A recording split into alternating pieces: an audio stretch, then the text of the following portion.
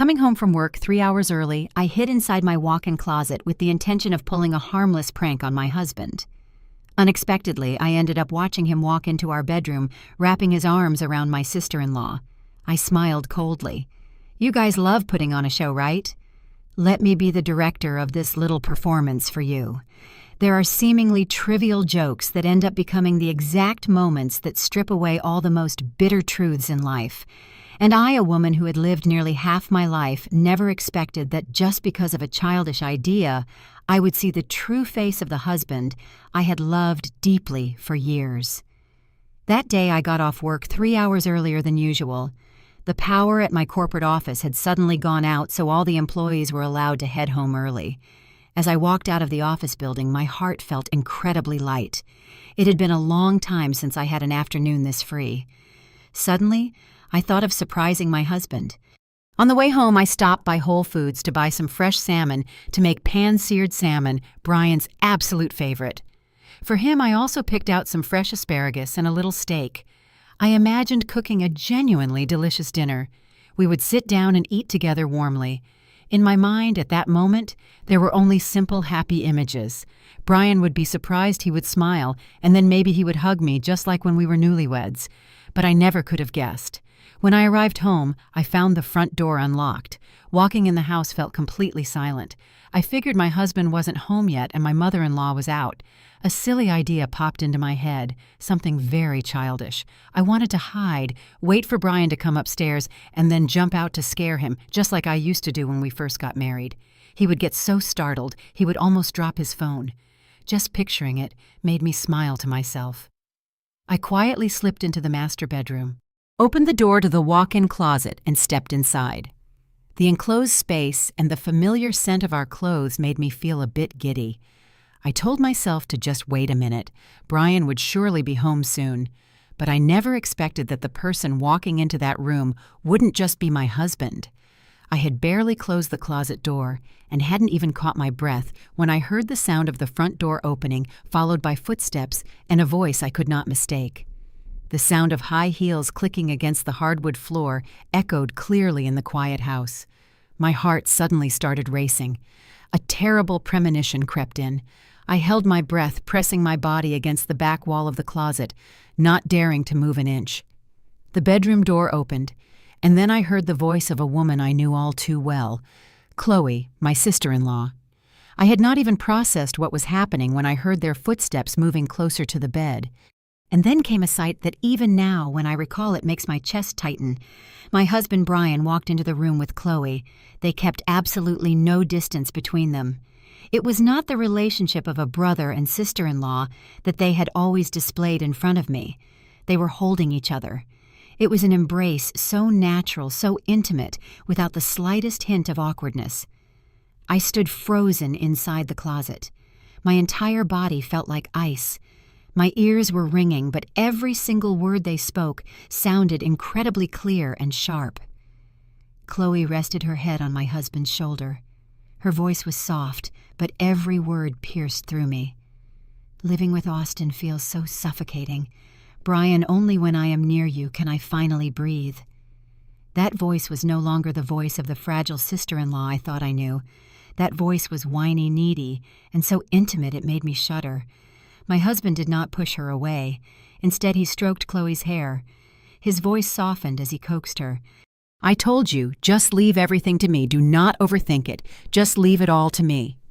A phrase he used to say to me so often was now being used to soothe my own brother-in-law's wife. I did not feel anything anymore. There was no anger, no agonizing pain like people might imagine.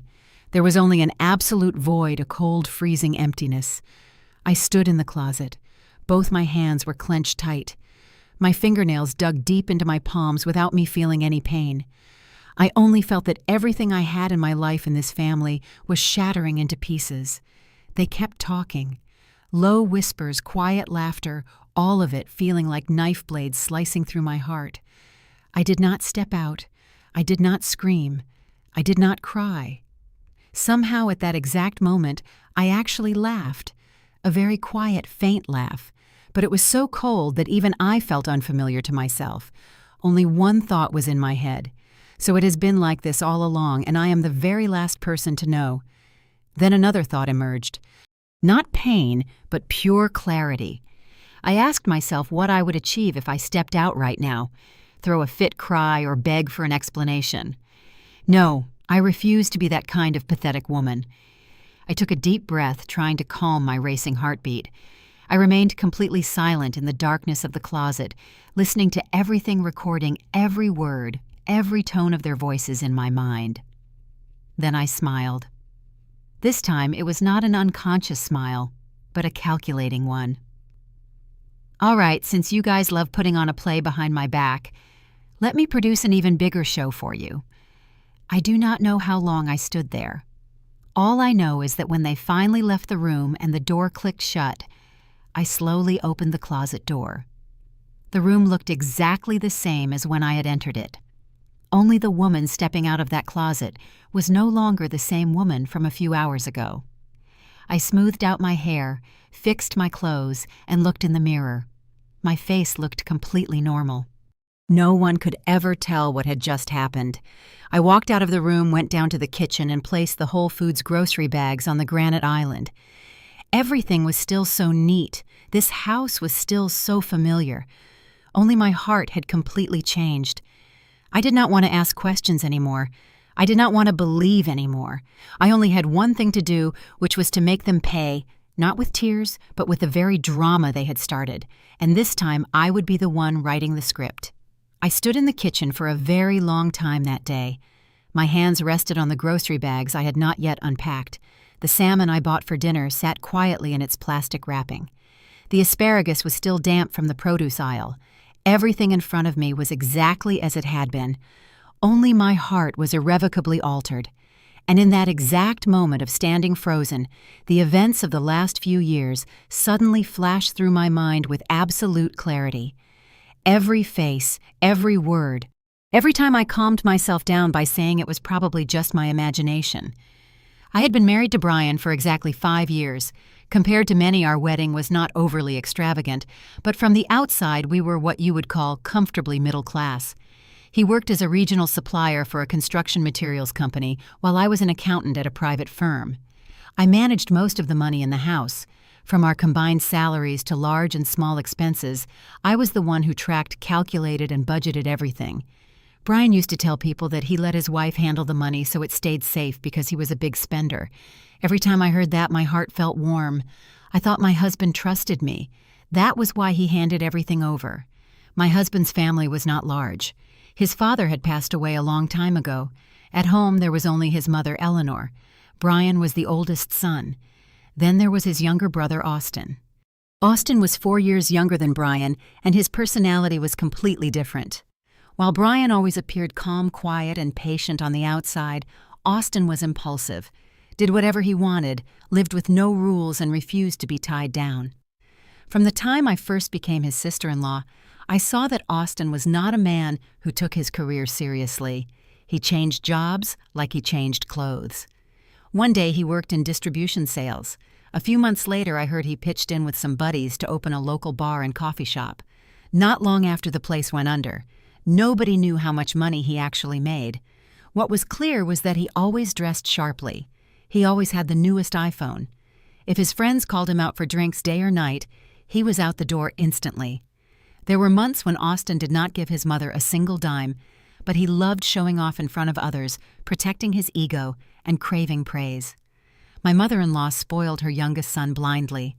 She would often say that Austin just had not caught a lucky break yet, that he had not found his path, even though he was the smartest one in the family. Hearing it constantly made me used to it. In this house, whatever Austin did, right or wrong, there was always an excuse to defend him. At the time, I just felt annoyed and did not think much of it.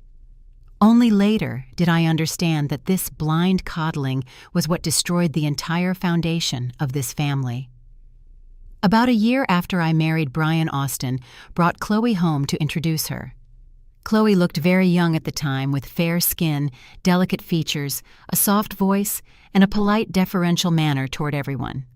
She worked at a cosmetics counter at the mall, and her family did not have much money. So when she first came around, everyone assumed she was a sweet, easygoing girl. I thought so myself back then. I actually felt sorry for her because marrying a guy like Austin would surely bring her misery later on. And sure enough, Chloe's life after marriage was not as peaceful as one might hope. Austin, who loved messing around, also possessed a bizarrely jealous nature. His jealousy did not stem from deep love, but rather from viewing his wife as his personal property. He loved to control, loved to flex his authority, and loved forcing others to obey him. Austin could snatch and search Chloe's phone at any given moment.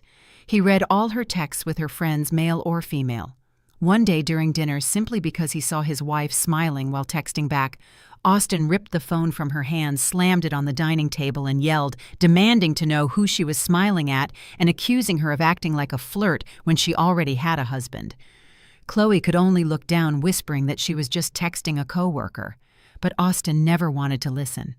The more Chloe explained, the angrier Austin got. My mother-in-law, sitting right there, did not scold her son at all. Instead, she sighed and said that a married woman should know her place and avoid making her husband angry. Hearing that sentence made my throat tighten. But because this was my brother-in-law's marriage, I could not interfere too much. One time, things got much worse. That day, Chloe came home 15 minutes late because her store was doing end-of-the-month inventory.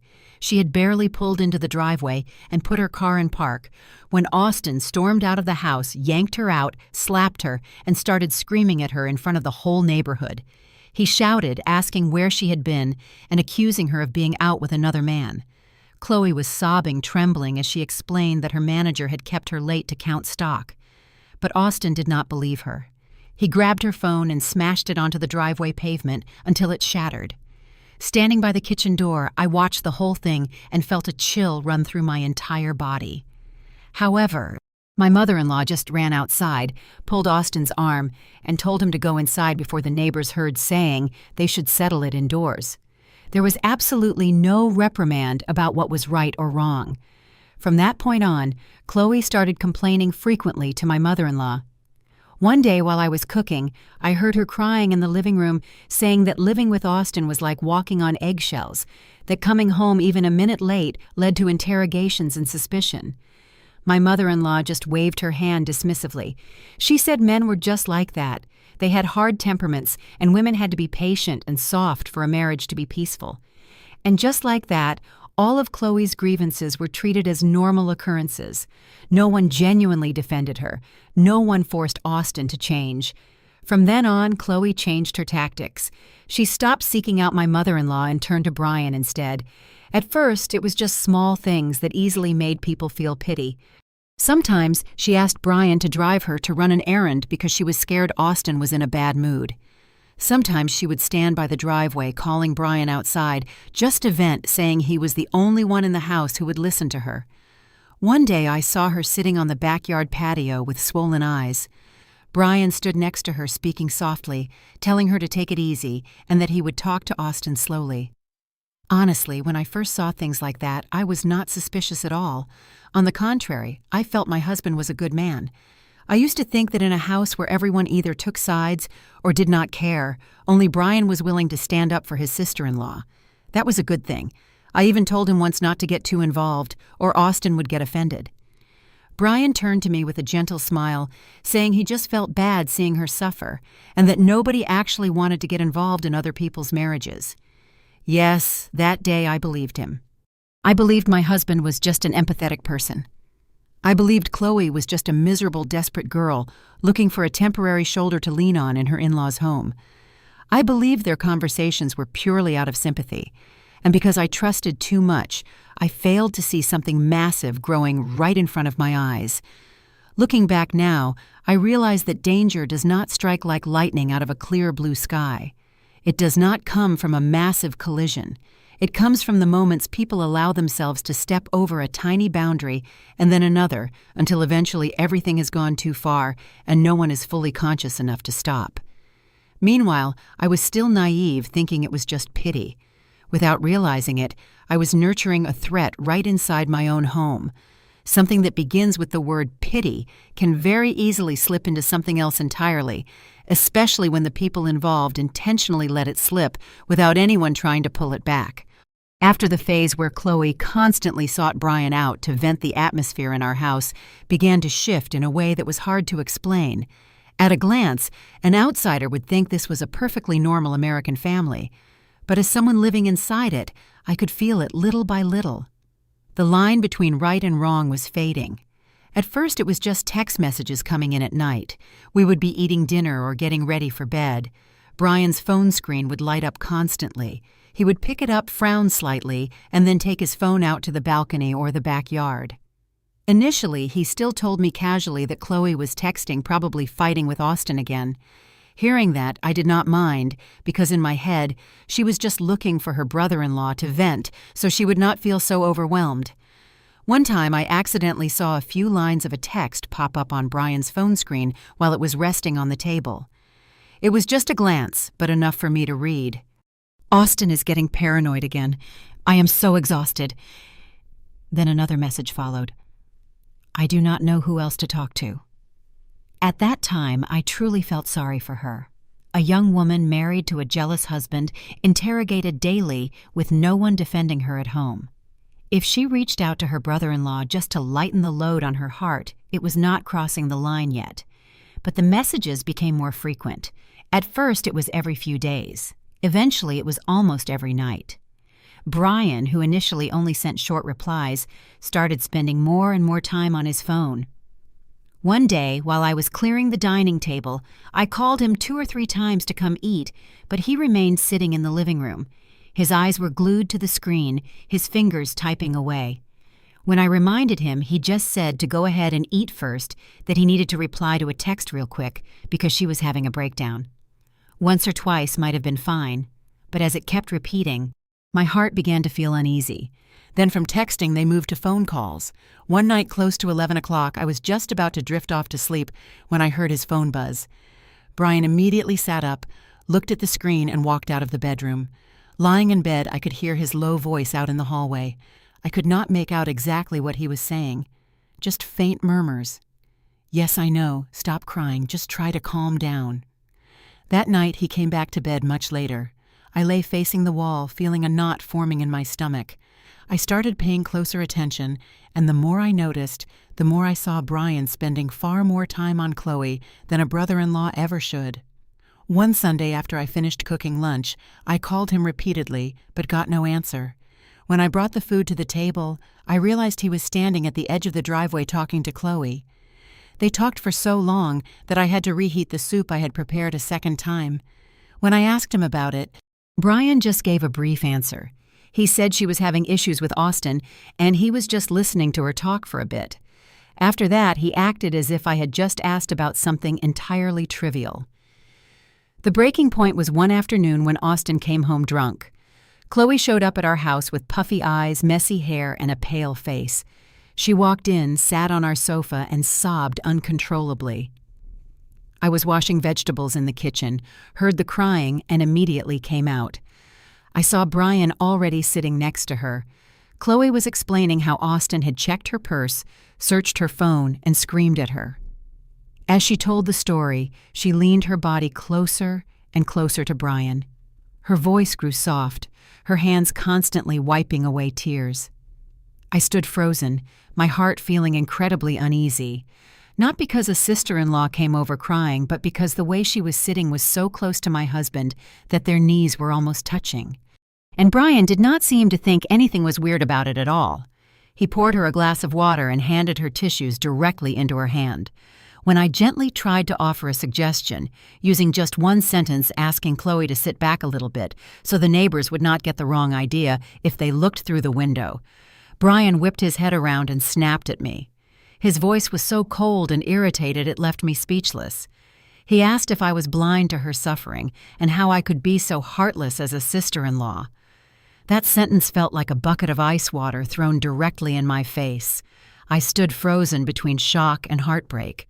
Since when did a perfectly normal boundary check for me get labeled as cruel and petty? I had not even managed to reply before my mother-in-law walked in from outside. Without knowing what was going on, she immediately defended Chloe. She said if Chloe did not look for her older brother-in-law, who else would she look for? and accused me of having a dirty mind. She said there were problems in the family, and instead of calming things down, I was making a sour face. And just like that, in one afternoon, I went from feeling uncomfortable about my husband's behavior to being branded as a narrow-minded, selfish person. Meanwhile, Chloe, whose actions were increasingly crossing boundaries, became the poor victim who needed protecting. She sat there, eyes still puffy, lips pressed together, looking at me with a weak, agonizing gaze. If I were not the one standing in the middle of that house, I might have believed she was entirely innocent myself. From that day on, I started feeling alienated in my own home. Every time Chloe appeared, the vibe changed. All it took was me frowning slightly or staying quiet for too long for my mother-in-law to make passive-aggressive remarks about me making things difficult for my sister-in-law. And Brian grew increasingly impatient with me. One time, I simply asked Brian what was going on with Chloe lately that she had to call so often. He snapped back immediately, telling me not to blow things out of proportion, that she was already suffering and I should not make it worse. That sentence made me choke up. Obviously, Chloe was not the only one feeling uncomfortable. I was his wife. I lived in this house too. I had feelings, I had pride, but somehow my feelings had become completely irrelevant. As long as Chloe cried, as long as Chloe complained, everyone would take her side.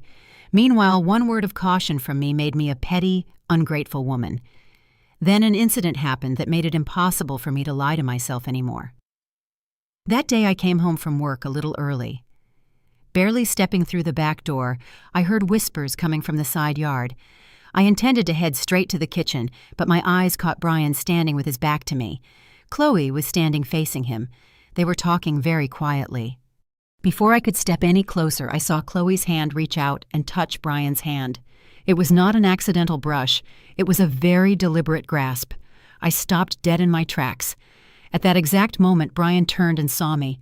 He looked startled and quickly pulled his hand away. Chloe also let go, then just looked down as if nothing had happened. My heart was pounding violently. I walked closer, looked at both of them, and asked in the calmest voice possible, even though my inside was a total wreck, what they were doing. Brian answered first, very fast and very brief. He said she was just upset about her marriage and he was giving her advice. That was it. No further explanation. He did not meet my eyes for more than a second. Meanwhile, Chloe looked up with a faint smile. A smile that looked innocent but sent a cold chill down my spine. She said softly, for me not to misunderstand, that she only viewed Brian as a pillar of support. A sentence that sounded reasonable, but for some reason, hearing it gave me goosebumps. What kind of pillar of support requires holding hands? What kind of pillar of support do you seek out late at night, texting incessantly until my husband abandons his dinner? I wanted to confront them directly, but I swallowed it down. I looked at Brian. He avoided my gaze. I looked at Chloe. She looked down. Her face still looked as naive as ever. And as usual, I told myself that maybe they had not crossed the line yet. Maybe this was just a blurred line between sympathy and closeness.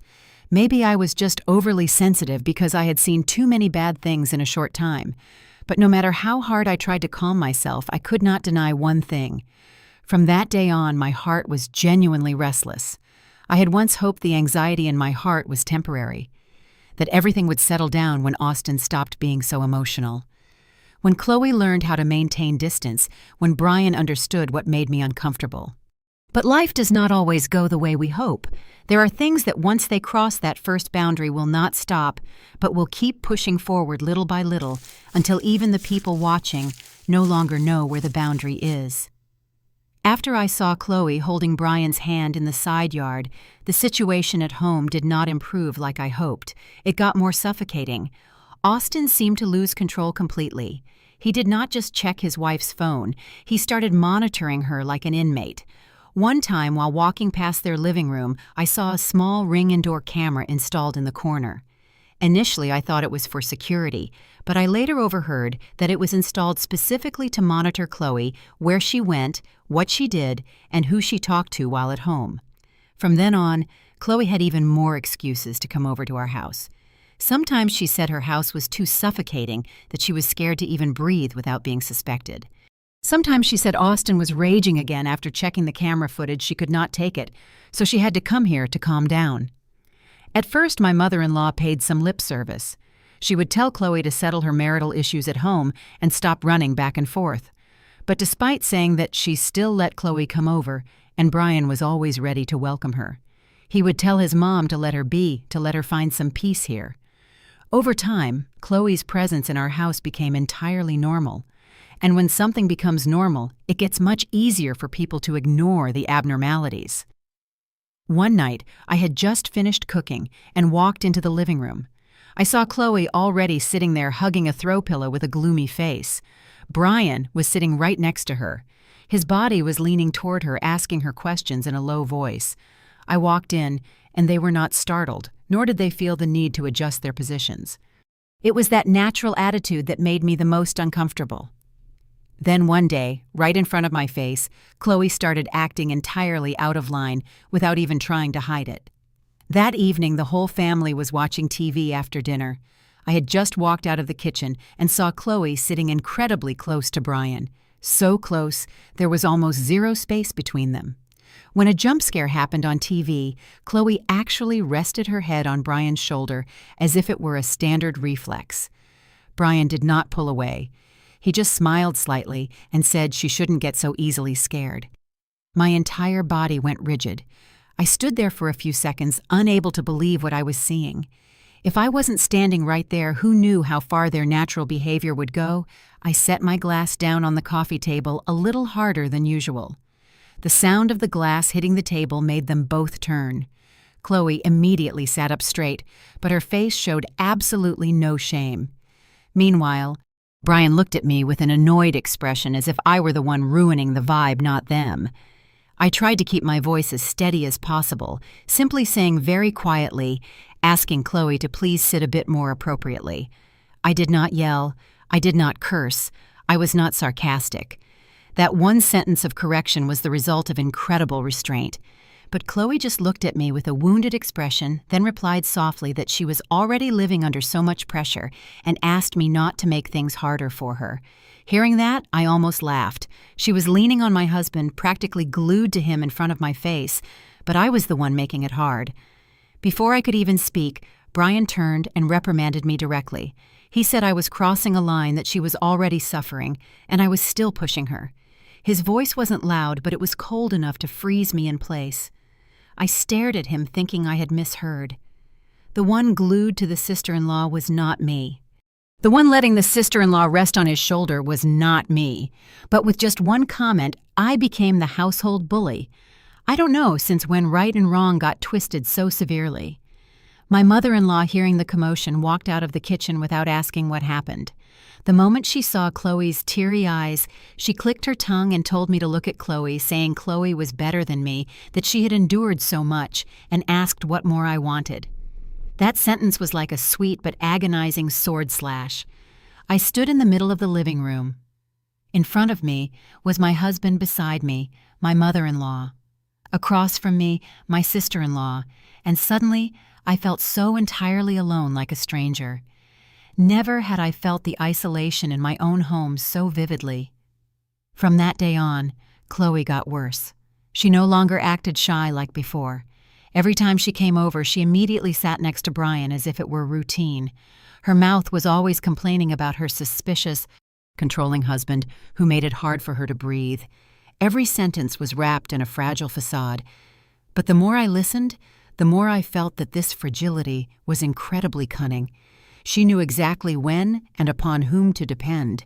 And Brian, I don't know, since when he stopped being just a sympathetic brother-in-law and started openly taking her side. Then, the exact thing I feared most, even though back then I didn't dare give it a clear name. One night, almost 10 o'clock, there was a loud pounding on the front door. Austin burst into the house drunk, his eyes bloodshot, his clothes disheveled. As soon as he saw Chloe sitting in the living room, he lunged forward, grabbing his wife's arm and yanking her to her feet. The whole house turned into chaos. Chloe screamed in pain. Brian immediately stepped forward, holding Austin back and shouting at him, asking him what the hell he was doing and telling him to talk things out calmly. Austin slapped his brother's hands away, pointed right in Chloe's face and cursed her out.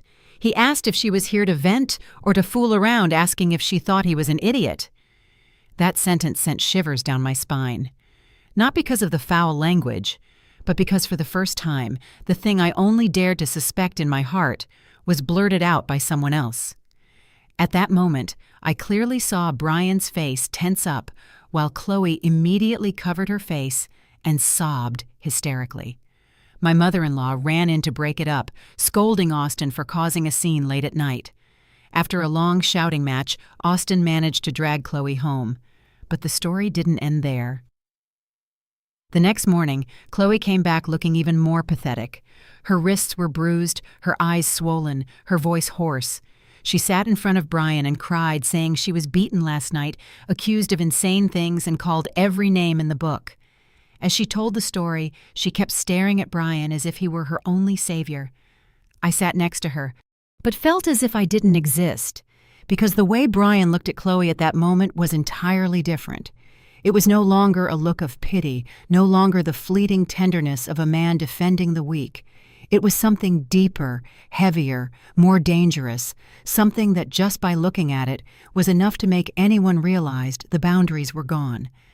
And it was exactly at that moment I began to understand something I had intentionally tried not to understand before. Pity, if placed in the wrong spot, if left for too long, if nurtured by one person and deliberately exploited by another, it becomes the most beautiful excuse for a betrayal. After seeing the look in Brian's eyes toward Chloe that night, my heart was no longer just anxious. That feeling turned into a heavy burden, like a boulder pressing on my chest. I didn't say it out loud, nor did I cause a scene, but from that day on, I started paying much closer attention to everything in the house, especially the finances. I was used to managing the main expenses, the utility bills, the groceries, and our joint savings account. Almost every month I tracked it in detail. There are things that in happy times we consider trust, but when the heart is already cracked, those numbers are the first things to reveal the truth. It was the end of the month. As usual, I sat down to review the family budget spreadsheet. At first it was just a habit, because I always checked the bank accounts at the end of the month. But when I opened the Chase mobile banking app, I froze. The balance in our joint savings account was vastly lower than I remembered. It wasn't a discrepancy of a few $100 from minor spending. It was a massive amount, enough to make anyone drop their jaw. I thought I remembered it wrong. I even tried to calm down. Maybe there was a huge expense this month that I forgot to log. But the more I looked at my spreadsheet and compared it to the transaction history, the colder I felt. It was real. A massive sum of money had been withdrawn just 3 days ago, and what made my hands start shaking was the memo attached to the transfer. It was a very short sentence. Startup capital. I sat frozen in front of my phone screen. Startup capital for who? In my mind at that moment, I didn't even need to guess. I clicked to view the recipient details. The account holder's name appeared clearly, not a single letter missing. Chloe. I stared at that name for a very long time until my eyes burned without blinking. My fingers felt like ice. So it wasn't just text messages, long stares sitting close together, or excessive defending. It turned out there was also money between them. And once money gets involved, it's no longer just pity. No man purely out of pity for his sister-in-law secretly pulls a massive chunk of cash from a joint savings account to give to her without saying a single word to his wife. I sat silently for a few minutes, then stood up and walked straight to the master bedroom. Brian had just gotten home from work and was changing his clothes. Seeing me walk in with an unusual expression, he actually asked casually what was wrong. Why did that casual attitude make me feel so sick? I held up my phone, shoved it right in his face, pointed at the transaction I just checked, and asked directly, "What is the meaning of this?" Brian glanced at the screen. I saw it clearly. His eyes stopped for a second, but just a split second later, he regained his composure. His voice was flat, as if discussing something trivial. He said he just transferred a little money to Chloe so she could put down a deposit on her own apartment to get away from Austin for a while. I listened to him until my throat choked up. A massive amount of money from our joint account, and out of his mouth it was, "Just a little." I tried to keep my voice from shaking. I asked again, "You transferred that much money without speaking to me at all?" At this point, Brian's expression began to shift. His earlier calm disappeared, replaced by the usual irritation that flared up whenever I touched on something he didn't want to explain. He yanked a drawer open, roughly grabbed a shirt, and snapped, asking why it needed to be discussed, saying she was his sister-in-law and she was in trouble, so he helped out a little. I looked straight into my husband's face for the first time, not looking away. Helped out a little, or helped out so often it became a habit. The atmosphere in the bedroom felt suffocatingly tense. Brian turned around, his eyes darkening. I didn't stop. I asked the question I had buried for so long. Explain it to me, Brian. Do you consider her your sister-in-law, or what? The question had barely left my lips, and the whole room felt suffocated. Brian froze. His face darkened. His voice rose. He asked what the hell I was talking about. I answered immediately, no longer holding back. I'm talking about what I'm seeing. What you consider her all this time, you know best. For the first time in a long time, my eyes weren't wet. There was only a creeping cold. Right at that moment, Chloe walked in from the hallway. Maybe she heard the commotion and had been standing in the doorway the whole time. She didn't look confused like someone whose name was brought up out of nowhere. Instead, she stood perfectly still, her back straight, staring at me for a very long time. In her gaze, there was no longer the weakness or pity she usually projected. She didn't say a word, but that look was enough to make me understand. She wasn't afraid. Deep down in that gaze, there was a challenge. My mother-in-law, hearing the argument, also ran into the room. She barely managed to ask what was going on before Brian cut her off. His voice was irritated. He said I was being paranoid again, that I was acting like I caught him red-handed just because he helped Chloe out with a little cash. Hearing that Eleanor, without needing to know right from wrong, glared at me. She asked what my problem was, this time saying family members should be allowed to help each other out. I turned to look at her, my heart full of bitterness. Help her how, Eleanor? A huge chunk of our joint savings was withdrawn. As his wife, I was never informed. Eleanor immediately waved her hand dismissively, her voice sharp. She said, "It was money from your husband's hard work, and if he wanted to help his family, what was the harm?" She called me jealous and disrespectful, saying it was no wonder the house was never peaceful. I stared at her without blinking. So in her eyes, I was the crazy one. Meanwhile, her son secretly wiring money to his sister-in-law was completely normal. Never had I felt so explicitly humiliated. The tension was at its peak when suddenly from outside, we heard the sound of a truck pulling into the driveway, abruptly followed by rushed footsteps. Austin barged into the room. His face was beet red, his eyes bulging like a cornered animal. He pointed straight at Chloe. His voice was hoarse with rage. "What the hell are you doing here? You think I don't know? You can fool around with anyone but my own flesh and blood brother. What do you take me for?" The whole house went dead silent. Even I didn't expect Austin to show up exactly then, let alone speak so bluntly. Chloe's face went totally pale, but what hurt me more was Brian's reaction. He didn't side with the truth, didn't panic or back away like someone falsely accused. Instead, he stepped forward, stood in front of Chloe to protect her, and shoved Austin hard. His voice was full of fury. "Don't cross the line, Austin. If you have a problem, let's talk it out like men." I stood there watching my husband's hands protect his sister-in-law while his own brother was shoved away like an intruder. At that exact moment, all the remaining illusions I had shattered into dust. If there was only pity between them, Brian wouldn't have reacted instinctively like that. If his hands were clean, he wouldn't have chosen to protect Chloe first. And if this was all just a misunderstanding, I wouldn't be standing in that room feeling like a total stranger in my own marriage. The argument that followed threw the whole house into chaos. Austin was cursing, Eleanor was screaming, Chloe was crying, and Brian was shouting as if trying to drown everything out. But I didn't say another word. I backed out of the room, walked straight into the kitchen, and sat on the bar stool I usually used. Outside the room, the noise was still deafening. Meanwhile, inside my head, all the pieces from the last few months began locking together on their own fitting so perfectly. It was terrifying. The late-night texts, the illogical defense, the averted gazes holding hands in the side yard, the secret money transfers, they were no longer isolated dots. That night, when everything finally quieted down, I sat alone in the dark. I didn't cry. I didn't feel the pain of a woman being betrayed for the first time. I just felt my mind was clearer than ever. I had no more doubts. The only thing I lacked was hard evidence. And if God had let me know this much, then I would get the rest with my own 2 hands. And fortunately, from the moment I stood inside the closet that afternoon acting on pure instinct, I had done the most important thing.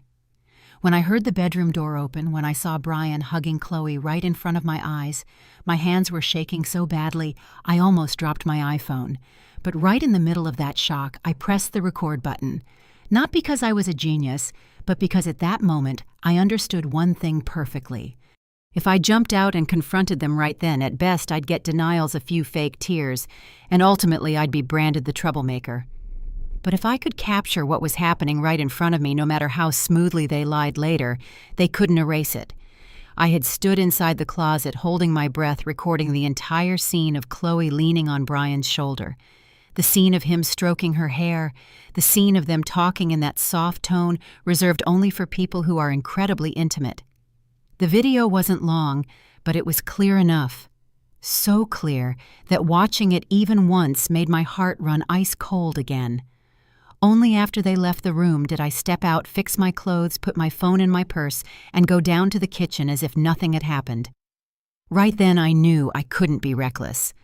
That night I still prepared dinner as usual. I set out the plates and silverware, reheated the salmon that had gone cold, and sat at the dining table like a perfectly normal wife.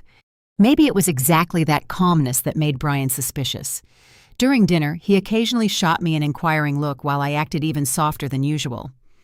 I deliberately served my mother-in-law her food and made small talk with Chloe when she came over to crash on our couch as usual. My normal behavior made it impossible for the 2 of them to guess what was on my mind. Just as we were finishing dinner, Brian finally asked, "You're acting pretty casual about coming home early today." I set my bowl down, looked at him, and answered with one sentence. "Yeah, I came home early so I could see if there were any surprises." The moment my sentence ended, Brian's hand, which was holding his fork, stopped midair. It was just a fraction of a second, but I saw it clearly. Chloe, sitting next to him, also looked down, hearing that her fingers gripped the edge of her chair tightly. No one spoke again, but the ensuing silence only convinced me further that they were completely guilty. In the days that followed, I changed my strategy. I stopped acting jealous. I stopped making sarcastic comments. I also didn't bring up the money transferred to Chloe, let alone that afternoon in the closet. I chose the hardest path for a betrayed woman. Silence. Silence to watch. Silence to listen. Silence to wait for them to expose themselves even more. Sometimes, while washing dishes and hearing Brian and Chloe's low laughter in the living room, my heart still stung. But I swallowed it down. I knew if I lost my cool now, all I had was one video and a pile of suspicions. I needed more than that. I started paying attention to Brian's phone. One night while he was in the shower, I took the opportunity to check it. But what I found actually made me feel even colder and more lucid. There was barely a single text between him and Chloe. The call log was completely wiped clean, deleted so thoroughly that not a single trace was left. It was exactly that excessive cleanliness that was the clearest proof this wasn't the first time they were hiding things. Innocent people don't need to scrub their phones that clean. I set his phone back down. My heart was as cold as ice. Turns out the 2 of them weren't just having an affair. They were being incredibly careful about it. From that day on, my acting got much better. I intentionally showed that I completely trusted Brian. One day in front of my mother-in-law, I even mentioned that work had been insanely busy lately and that it was a good thing Chloe came over so the house wasn't too quiet. After I said that, Chloe herself looked at me with confusion. Maybe she couldn't understand why someone who was previously so cynical could change so fast. But shortly after, she felt safe again because people like Chloe generally only believe in things that benefit them. Seeing me step back, she thought I was scared. Seeing me stay quiet, she thought I was stupid. At the same time, I secretly reached out to an old friend named Ryan. We used to work at the same corporate office, but now he worked in IT and cybersecurity. I didn't tell him all my family drama, just briefly said I needed to recover deleted text messages from an iPhone backup and needed to know how to trace irregular bank transactions. Ryan didn't ask many questions. He just told me to send whatever iCloud backups or data I could pull. He would handle the rest. From that point on, I knew I had stepped into a new chapter. I was no longer the woman sitting in the dark nursing her suspicions. I was no longer the person standing in the kitchen letting others trample all over my pride. Brian and Chloe might have thought they were stringing me along in their little play. But no, from this moment on, I was the one writing the next scene. I was no longer the passive party, but the one holding the script. Ever since I asked Ryan for help, I lived in a bizarre state. During the day, I went to work, laughed with my coworkers, acting as if nothing was wrong. At night, I still cooked, cleaned the house, and played the role of a normal wife to the point where I sometimes freaked myself out. But as soon as the bedroom door closed, or when the house was dead silent, I would sit alone with my phone waiting for every tiny signal, like a person waiting for a verdict to drop. I knew that once I walked down this road, sooner or later, I would see everything I no longer wanted to believe. 2 days later, Ryan called me. Right from the start, his voice was low, as if he already figured out this wasn't a simple issue. Ryan said the data on Brian's phone was scrubbed pretty well, but that doesn't mean it's untraceable. Some messages were completely gone, but a good chunk was recovered from memory caches and iCloud sync backups. I stood on the balcony of my office building taking the call. My hand gripped the phone so hard, my knuckles turned white. When Ryan sent the file over, I didn't even dare to open it right away. I stood there for a very long time before I was calm enough to click it. The very first lines that popped up on the screen were enough to make my throat tighten. These weren't the comforting texts I used to trick myself into believing they were. This was the language of people who had crossed the line a long time ago. There was a text from Chloe. "Brian, don't leave me. I'm only staying with Austin because of you." That one short sentence alone felt like a hammer smashing into my skull. So the poor sister-in-law act wasn't just a recent thing. She had been playing that role long enough to have the nerve to say something like that long enough for my husband to let her believe she could make demands. I scrolled down. The more I read, the colder I felt. Fragmented, out-of-order texts, but enough to show their relationship wasn't just sneaky meetups. It was an affair that had been going on for quite a while. They made plans to meet up with shocking intimacy, speaking with a tone that if an outsider saw, they would never guess it was a brother and sister-in-law. I sat at my office desk, eyes glued to the screen until they burned. There was a text from Brian. "Don't worry, I'll take care of everything." Further down, Chloe replied, "You promised. Don't make me wait for nothing." The more I read, the more I understood how deeply I had been played. But that wasn't even all. When Ryan sent the transaction summary, he managed to match from the phone and old bank email notifications. I realized this whole mess was much more rotten than I thought. It wasn't just that one massive transfer I found the other day.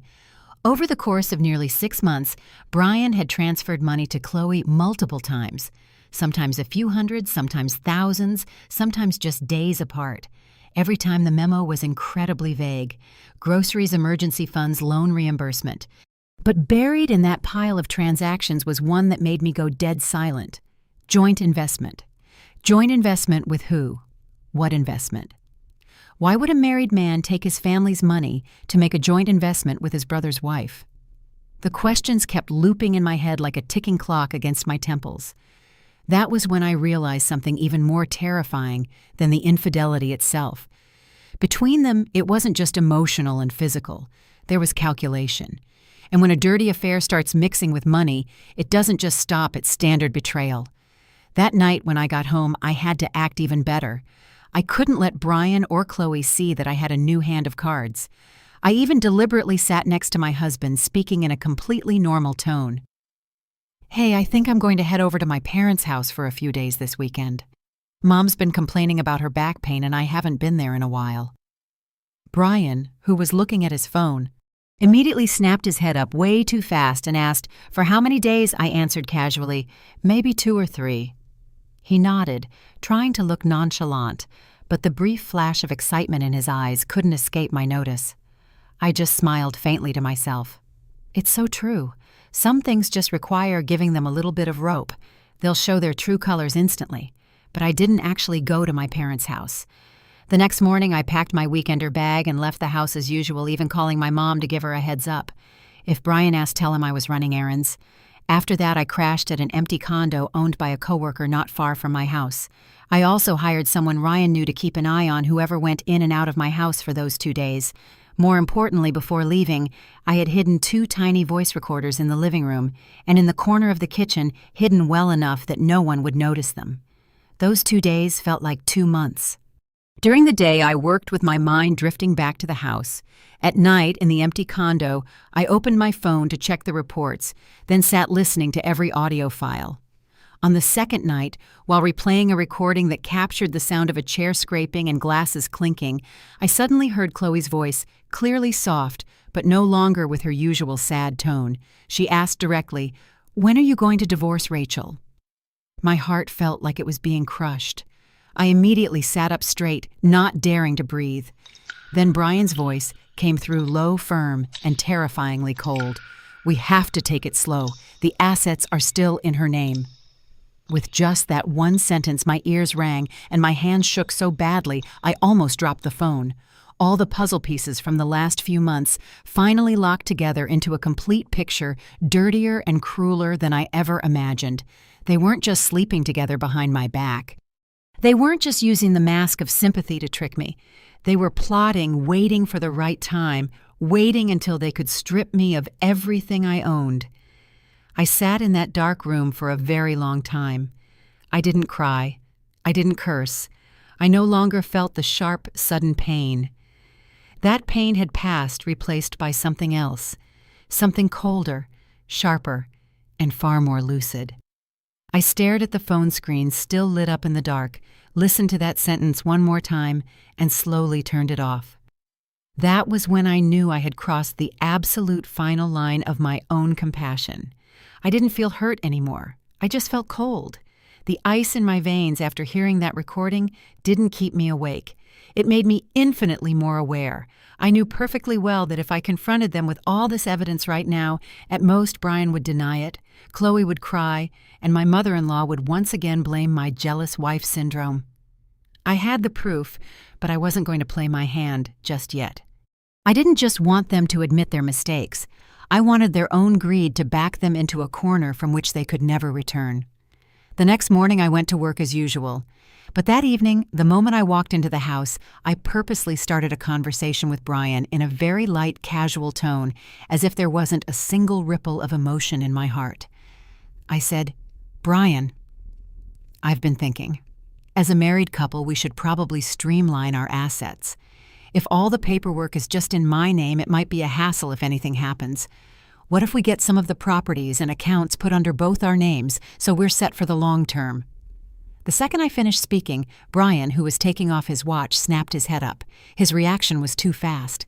Fast enough that in an instant I knew my bait had landed perfectly. He stared at me for a few seconds, then smiled. A forced smile trying to look natural, but his eyes were practically gleaming. He answered almost immediately.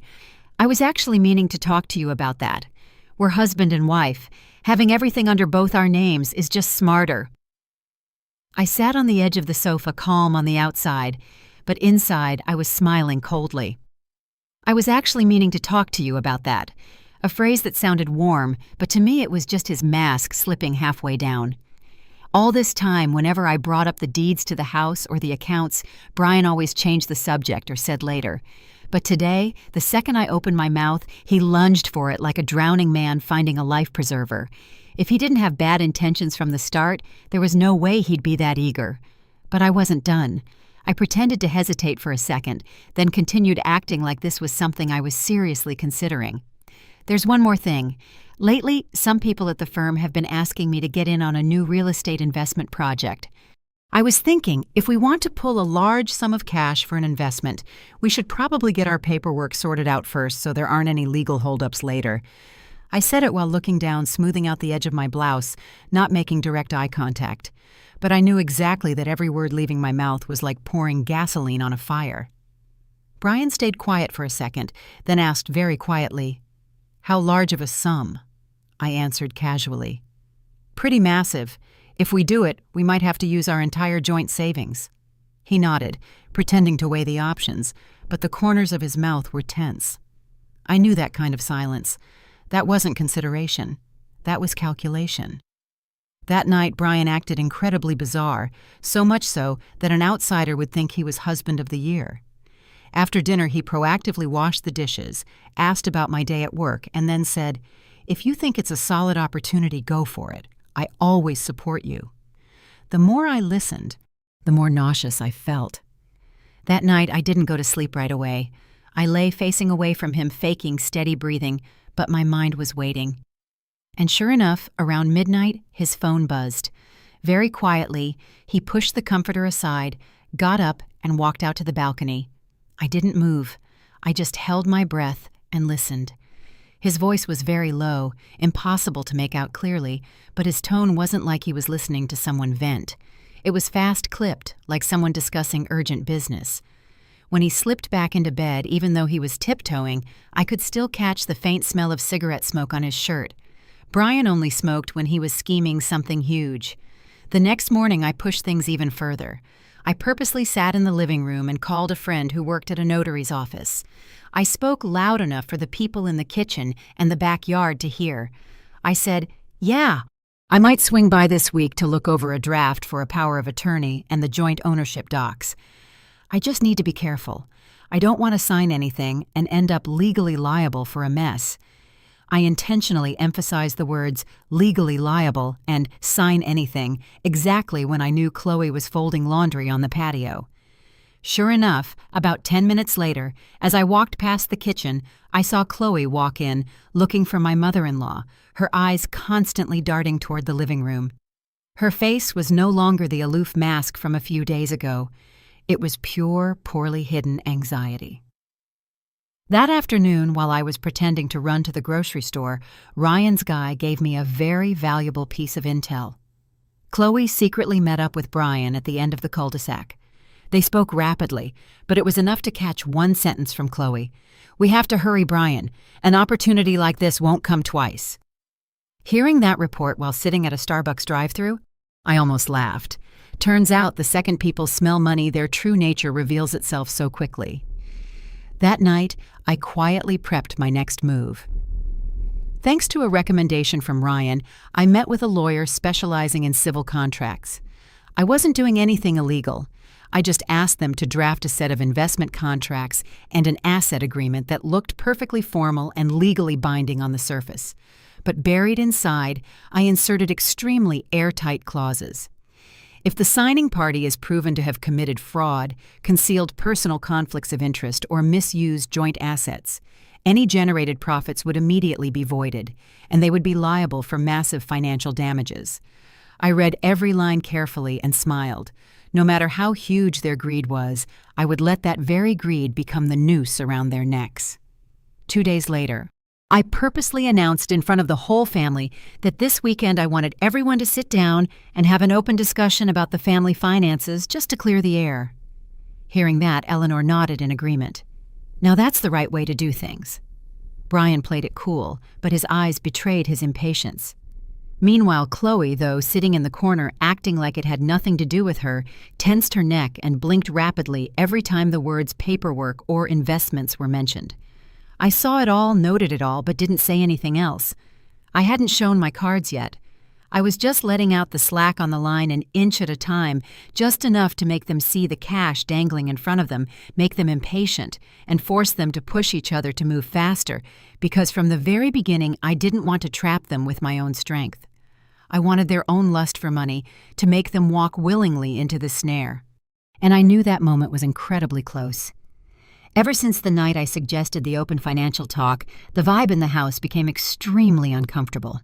It was as if there was a ticking time bomb buried under the floorboards, and nobody knew when it would detonate.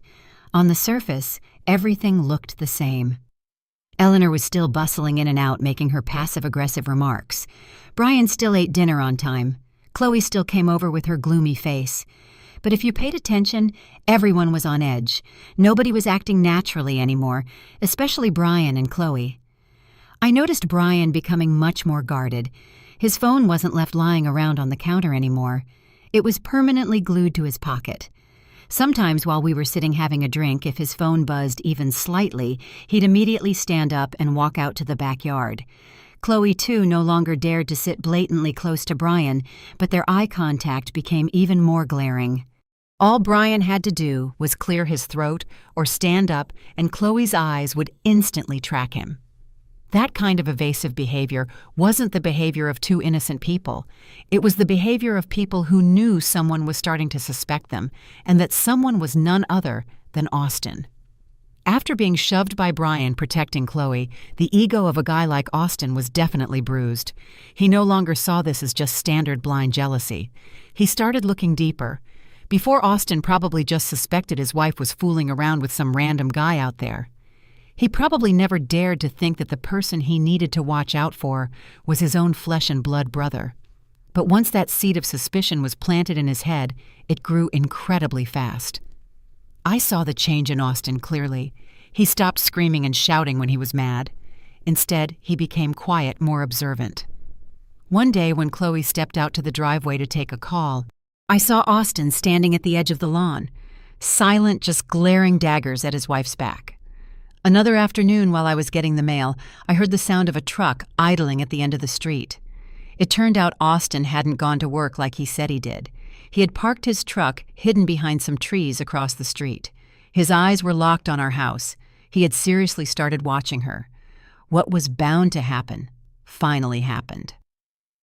One night around 9 p.m., Chloe was sitting in the corner of the kitchen texting, thinking nobody was watching. But Austin appeared out of nowhere, moving dead silent, and stood right behind her. From the living room, I heard Austin's low growl. "Who the hell are you texting that you have to hide it like that?"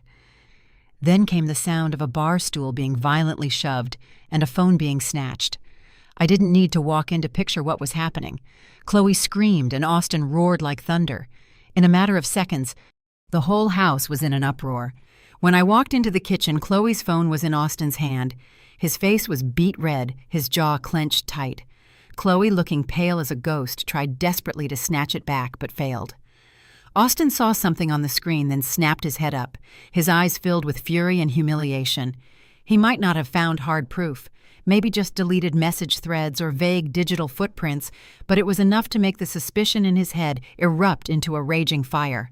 "What is this? Huh? Why are you texting my brother at this hour?" Austin bellowed. Chloe was shaking but quickly threw on the mask she always wore. She wailed, sobbing loudly. "If you don't trust me, then fine. I've suffered enough living like this. Every single day you check my phone. Every day you're paranoid. If you want me dead, just say it." That was Chloe's superpower. She always knew exactly when to cry to turn herself into the victim. Her crying had barely subsided when Brian walked in from the garage.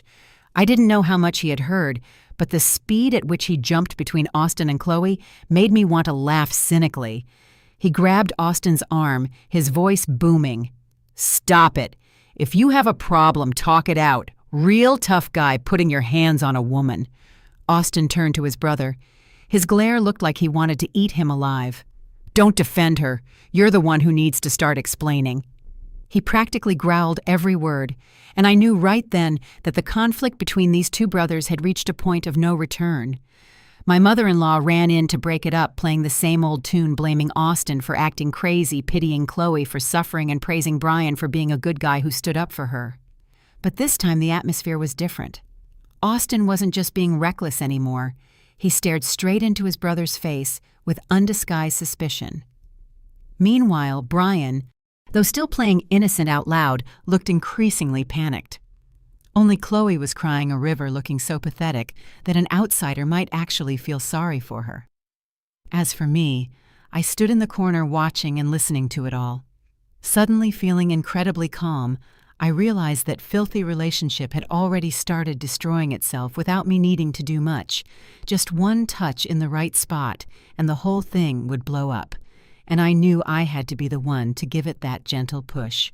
The next morning, as Austin sat on the porch, smoking his face looking hollow from lack of sleep, I deliberately brought him a glass of ice water and set it in front of him. I didn't bring up last night's drama immediately. I just sat down, let out a tired sigh as if I was exhausted too, and then said aimlessly, "Honestly, there are things I don't even know if I should tell you or not." Austin whipped his head toward me exactly as I predicted. He was so starved for the truth that he would lunge at even the smallest crumb. I stayed quiet for a few seconds, then continued in a low voice. "Don't get mad at me for meddling, but lately Brian has been giving Chloe a lot of money. I assumed you already knew." With just that one sentence, Austin's face completely transformed. He didn't say a word, but his hand gripped his cigarette so hard it snapped in half. His gaze, which had been cloudy with anger, turned much darker, much sharper. This time, his suspicion was aimed squarely at the right target. I stood up without saying anything else. There are things you don't need to over-explain. Dropping one sentence is enough for a paranoid person to connect the remaining dots using their own bruised ego and shame. As I walked back into the house, I heard the sound of the patio chair being shoved violently behind me. I didn't look back. I just smiled slightly because right then I knew one thing for certain. I didn't need to destroy them anymore. They were going to destroy each other. Ever since I dropped that bomb on Austin on the porch, everything in this house shifted into overdrive, like an engine suddenly kicked into high gear. I saw the changes clearly in everyone. Brian wasn't just on guard anymore. He was getting antsy. Chloe dropped her pathetic, innocent act, replacing it with a constant paranoid stare, as if waiting for the glass to shatter. And Austin, the guy who used to just yell and throw fits, morphed into a terrifying kind of quiet.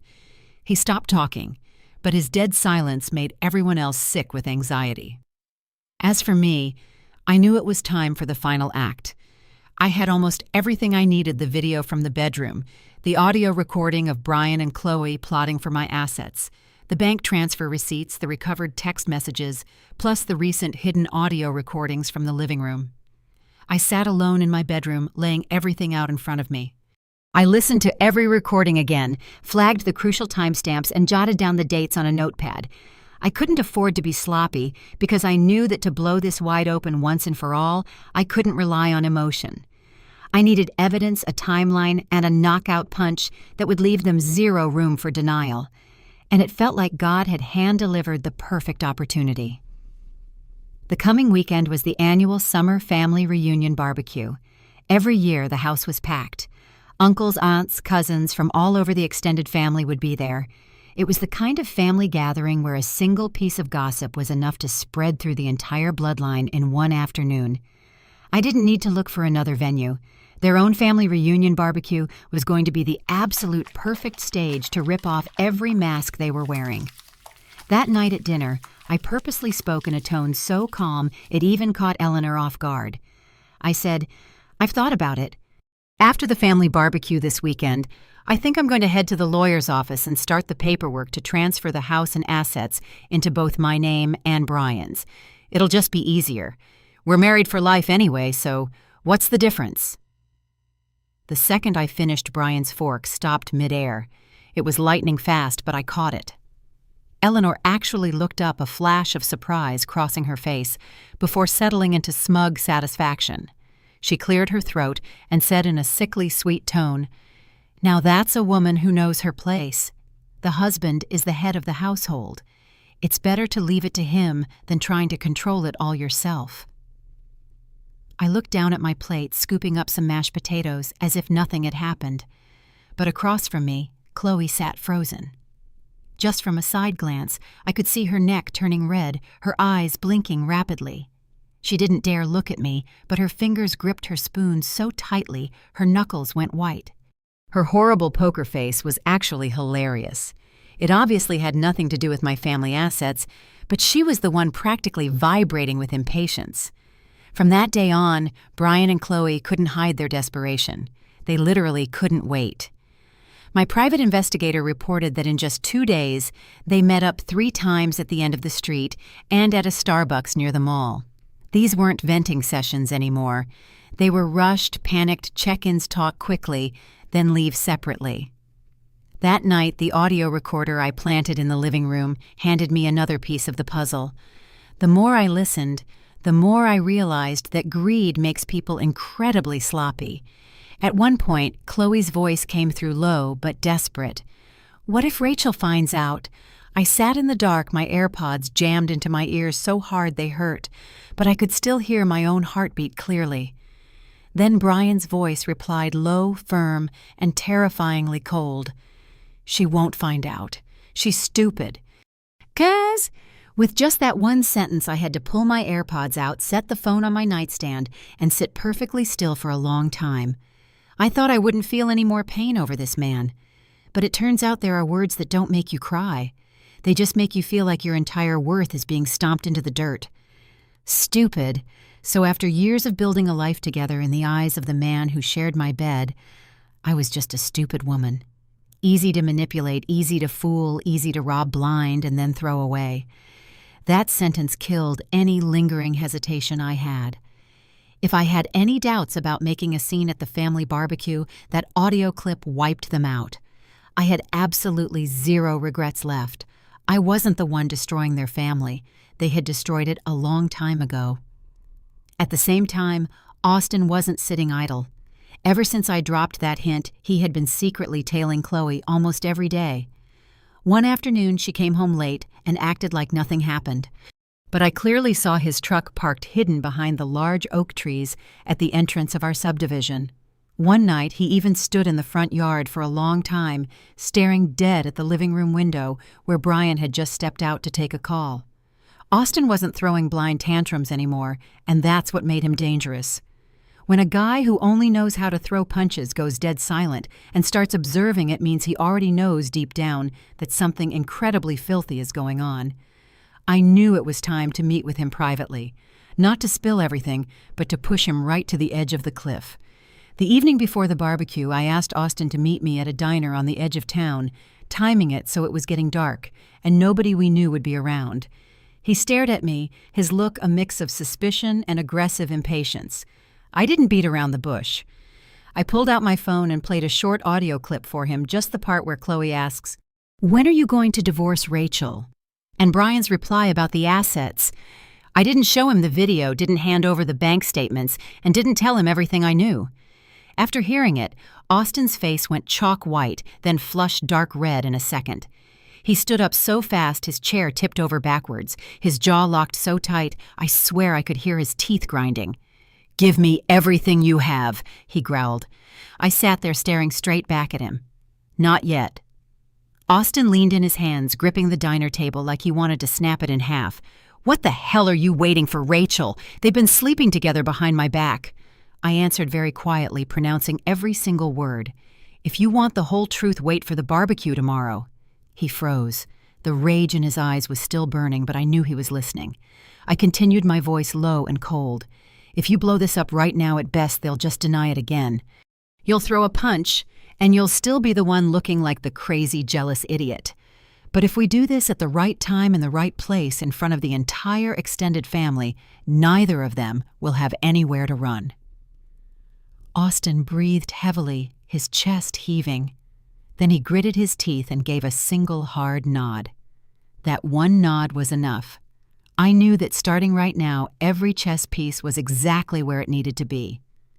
That night, I went home, locked my bedroom door, and organized everything for the final time. The phone, the audio files, the video, the printed texts, and even the names of 2 people who could act as witnesses if necessary. I stayed up late arranging the order of the evidence, planning exactly what to say first, when to pause, and which recording to play when. I was no longer a betrayed woman crying into my pillow. I was producing a show where they would all be stripped bare by the truth itself. Outside, the wind rustled through the oak trees. Inside the house, everyone still thought tomorrow was just another family barbecue.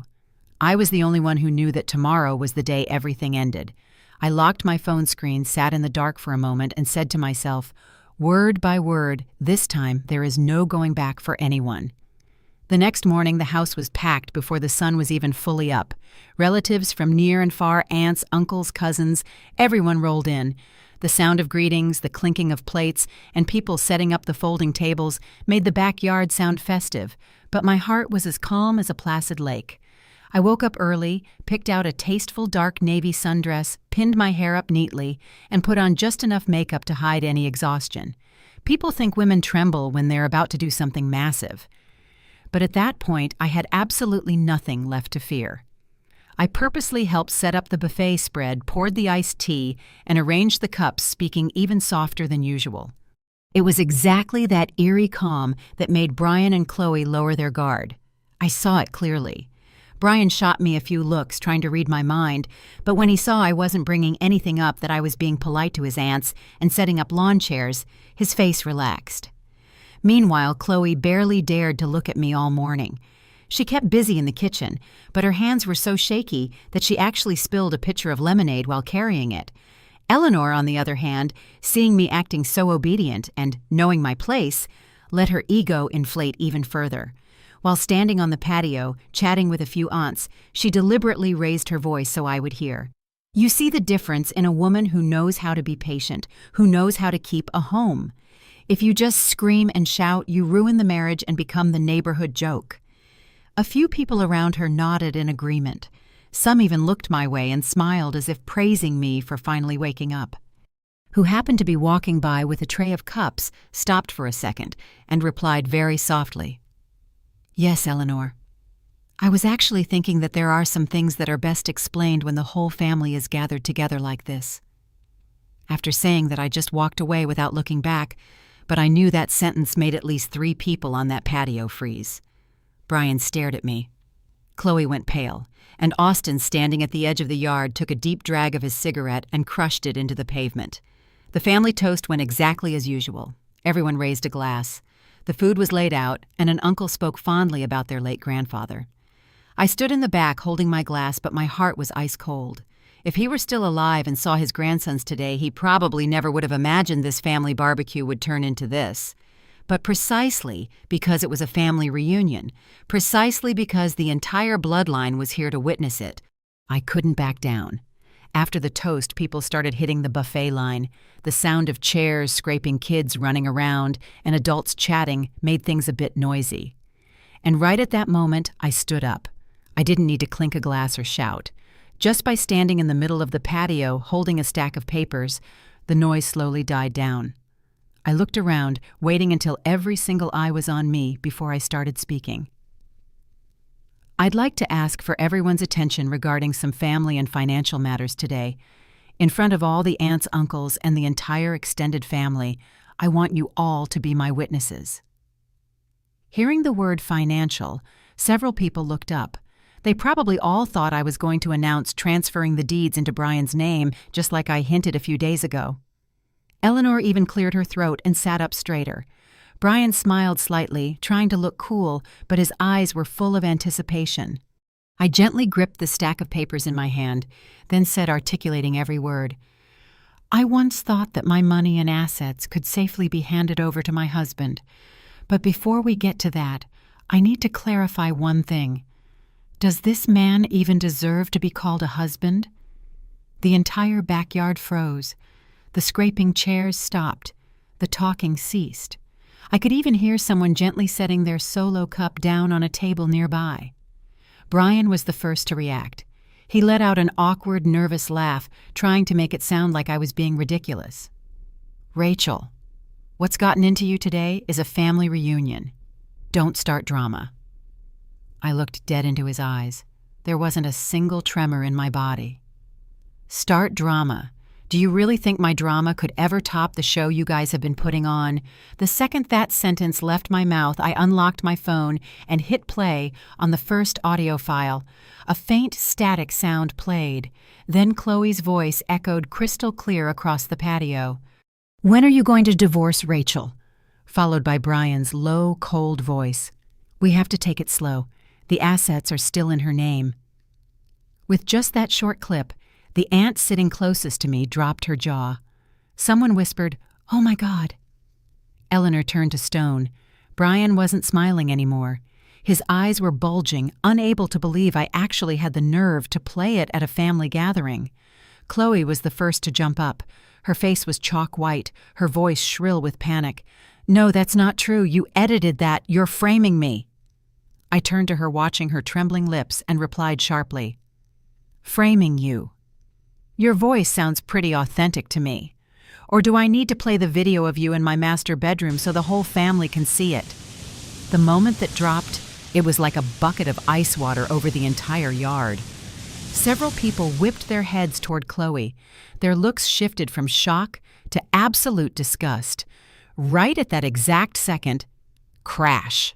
Austin slammed his beer bottle onto the table. Glass shattered. His face was violently red, the veins in his neck popping. He pointed directly at Chloe and roared, "You lying! Answer me! Have you been screwing my brother?" But before Austin could even lunge at her, Brian was already on his feet, stepping in front to protect Chloe with an instinctive reflex that an innocent brother-in-law would never possess. That single action silenced the crowd even more. Nobody thought this was a misunderstanding anymore. I stood completely still, the phone still lit up in my hand, scanning the faces around me. I hadn't shown the video yet. I hadn't pulled out the bank receipts. I hadn't played the more damning audio. I had only ripped off the very first layer of their masks, but I knew it was enough to make the entire extended family realize one thing. This barbecue wasn't a reunion anymore. It had turned into a public tribunal, and none of them could just sit and eat potato salad like nothing was happening. As soon as I looked away from the frozen faces, everything exploded exactly as I predicted. Austin lost his mind. He kicked a chair out of the way and charged at Brian like a cornered animal. The sound of his boots hitting the deck was loud, followed immediately by a sickening punch that landed squarely on his own brother's jaw. It was so hard I heard the crack. Brian stumbled backward, his lower back slamming against the edge of the picnic table. His lips split open, blood instantly trickling down his chin. Austin growled, his voice completely hoarse with rage. "You're my own flesh and blood, and you're sleeping with my wife." That sentence hung in the air, and the yard fell into dead silence again. Kids were yanked into the corners by their parents. Several aunts grabbed their chests and stood up.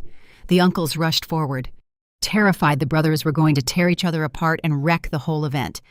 But Austin's rage wasn't his usual blind jealousy anymore. This was the pure humiliation of a man being emasculated in front of his entire bloodline. But what shocked everyone the most wasn't the punch. It was Chloe's reaction. She didn't run to her husband. She didn't try to hold Austin back like a wife terrified her man was going to do something crazy, let alone cry and beg like an innocent victim. Instead, she shrieked and ran straight to Brian. The frantic way she touched Brian's shoulder, propping him up.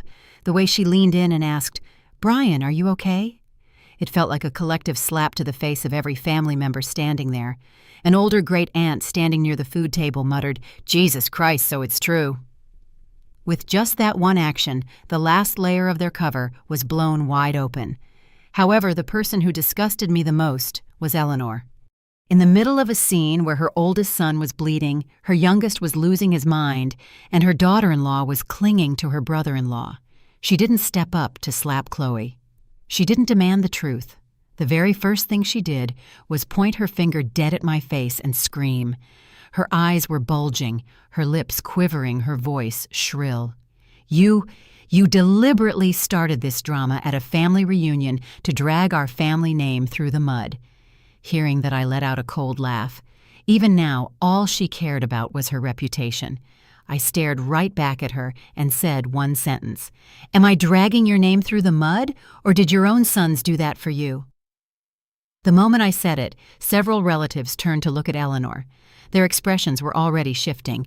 Brian, meanwhile, was leaning against the table, wiping the blood from his mouth, still trying to spin it. He looked around at everyone, pointing at Chloe, his voice shaky, but still trying to play the hero. "Everyone, don't just listen to Rachel. This is because of Chloe. I only felt sorry for her because Austin was beating her and abusing her, so I had a moment of weakness. Hearing that, I knew if I let him keep talking, he'd try to blame the whole affair on a woman's fragility and his own noble pity. I didn't give him the chance to finish his performance. I grabbed the second phone I had prepped, tossed it into the middle of the table, and hit play on the video. The screen lit up for the whole yard to see. Even in the daylight, the footage from inside the master bedroom was crystal clear. The entire family watched Brian open the door. Chloe followed him in. Then Brian himself wrapped his arms around her waist and pulled her close. Just seeing that some people looked away in disgust, but I let the video keep playing. Brian stroked Chloe's hair, leaned down and kissed her forehead, while Chloe melted into his chest like a woman completely used to being pampered by him. There was nothing left to deny, no more stories about pity being seduced or being tricked. The truth was playing on the screen, naked and humiliating, right in front of the family gathering. Eleanor stared at the phone. Her face went gray, her usually sharp mouth trembling without a single sound coming out. Austin, seeing the video, went totally berserk. He ripped himself out of his uncle's grip and lunged to choke Chloe. His hands clamped down so hard, her face turned purple in seconds. It took 3 grown men to pry him off and pin him down. Chloe, after coughing violently, went right back to her old playbook. She wailed and sobbed as if she were the biggest victim in the yard. But this time, in her absolute panic, she exposed herself completely. Between sobs, she pointed at Brian. "It wasn't my idea. Brian is the one who said he was going to marry me. He promised he'd get me my own apartment. He was the one who said—" Chloe paused for a second, like she was biting her tongue. Then just let it all out. "He said Rachel was stiff and stupid because she trusted him too much." The moment she said that, the entire yard felt like a bomb had gone off. I didn't let the stunned silence go to waste. I stepped forward, my voice firm and freezing cold. "Get you your own apartment. With whose money? The money he stole from my joint savings account." As I said it, I pulled the stack of printed bank statements out of my purse and slammed them down hard on the table, page after page showing the dates, the amounts, the memos, and the recipient's name. It was all there in black and white. It wasn't just a verbal accusation anymore. A few aunts who had still been on the fence saw the paperwork and were left completely speechless. An uncle sitting in the front row slammed his fist on the table and yelled at Brian, "You son of a... How do you even have the nerve to show your face in front of this family with behavior like that?" From that moment on, the mood in the yard shifted from shock to open disgust, but I knew if I stopped here I'd be missing the final nail in the coffin for Chloe, because in the eyes of some people she could still spin herself as the naive girl manipulated by her older brother-in-law. I wasn't going to give her that out. I unlocked my phone, pulled up the deleted texts Ryan had recovered, and read them loud and clear in front of the entire family. "Brian, hurry up and take care of everything. I can't stand living with Austin anymore. Don't forget about the house, the car, and the money you promised me." After I read it, the yard went dead silent. Nobody was looking at Chloe with pity anymore. The woman sobbing on the ground hadn't just cheated on her husband. She had meticulously planned every step of her exit strategy. Chloe froze, her mouth opening and closing like a fish out of water. Brian's face was ashen. Eleanor slumped down into a lawn chair, her shoulders shaking, not out of pity, but because for the first time in her life she had no words left to cover up her family's disgrace.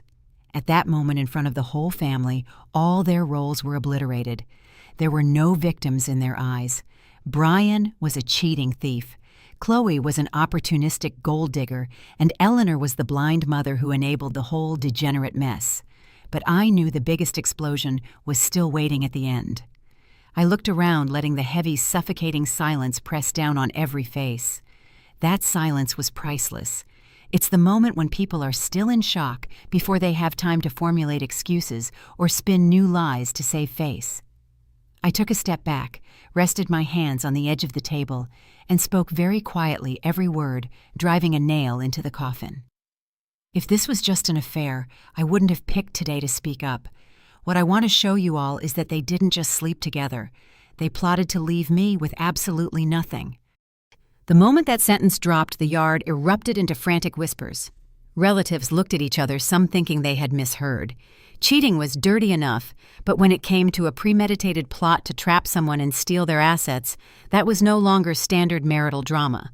That was straight-up fraud scamming and blatant robbery from within the family. I didn't let the commotion last long. I opened my purse, pulled out the 2 sets of documents I had prepared, and slapped them down on the table. One set was the fake investment contracts and ownership docs I had baited Brian with a few days ago. The other set were photocopies of the real documents he had secretly taken to a lawyer for a consultation. I laid them side by side, flipped to the right pages, and explained calmly. I baited Brian into thinking that with just one more step, he could have all the deeds in his hands. And just like I predicted, he couldn't wait. Thanks to a contact at the notary's office and a friend who helped check his digital footprint, I know he secretly took our paperwork to ask how to transfer this house solely into his name. Brian's face, which had been gray, turned ghostly white. His eyes blinked rapidly, his hands hanging at his sides, clenching into fists. I stared directly at my husband, no longer calling him by any affectionate names. You forged my signature from old documents. You had someone draft a fake power of attorney. You were just waiting for me to drop my guard, or waiting for me to accidentally sign the wrong paper so you could finish the job. Am I right? The whole family reacted like gasoline was poured onto a bonfire. An uncle stood up from his chair, leaning on the table, eyes wide. "My God, you actually went that far," Brian stuttered. His usual smooth-talking charm was completely gone. "Rachel, who's been putting these lies in your head? I haven't done anything." I cut him off instantly, leaving him no room to retreat. "You haven't done it yet because you haven't had the chance, not because you didn't plan to." As soon as I said that, I played the recording I had listened to 100 times the night before, making sure not a single word was missed. Brian's voice echoed loudly across the yard, so loud that the people sitting at the furthest tables could hear it. "Once the house is in my name, even if she finds out, it'll be too late. When we divorce, I'll just toss her a little cash, and that'll be enough." This time, nobody could stay seated. Curses flew from several corners. An older aunt smacked her forehead, yelling, "Lord have mercy!" while the uncles glared at Brian like they were looking at a complete stranger. This filthy act wasn't about sex anymore. This was a calculated trap, engineered over months with legal documents and money. Austin suddenly didn't try to lunge forward to throw another punch. He stood in the middle of the yard, chest heaving, and then suddenly burst into laughter, a hoarse, bizarre laugh that sounded terrifying. He looked at his own brother, then at his wife. His voice sounded like it was scraping against sandpaper. "Unbelievable! One sleeps with my brother. The other plots to steal his wife's house. I really am the biggest idiot in this family." Right at that moment, Eleanor still tried to save her golden child. She stood up, trembling, her hands gripping the table, trying to sound calm. He was just talking out of anger. Men say stupid things when they're mad." I turned to look at her. My heart was as cold as ice. If she was just blindly defending her son, people might still feel a tiny bit of pity for her, but she wasn't blind. She knew. And I had waited for this exact moment to rip down the final curtain. I pulled out the third phone, playing the security camera footage from the front porch. The angle wasn't super close, but it was clear enough to recognize everyone. Eleanor was seen looking left and right, then slipping a manila folder into Brian's hands. Her voice hissed slightly, but it was unmistakable. "Get this done fast. If you drag your feet, it's just going to cause problems." The second that audio played, the yard fell into absolute deafening silence. Not even whispers this time, just total silence, as if they had just heard something entirely incomprehensible. Eleanor froze. Her lips moved, but no sound came out, immediately after the backlash aimed straight at her. An aunt pointed a finger dead at her, her voice sharp as a whip. "You're a mother, and you encouraged your son to steal his wife's property. You are a disgrace." Another uncle shook his head in disgust. "This family is rotten to the core." I stood still, staring at Eleanor. For the first time I saw this woman who was always so abrasive, who loved talking down to people on her moral high horse, trembling in fear in front of the very relatives whose opinions she valued over everything. But I wasn't letting it end there. Chloe, seeing the tide turn completely, immediately pivoted like a snake trying to save its own skin. She fell to her knees, crying, pointing right at Brian. "He manipulated me. He promised that after he got the house he'd open a salon for me. He said we just had to wait a little longer. He also said..." Chloe paused, then spit it all out. He said Rachel was rigid and stupid because she trusted her husband too much.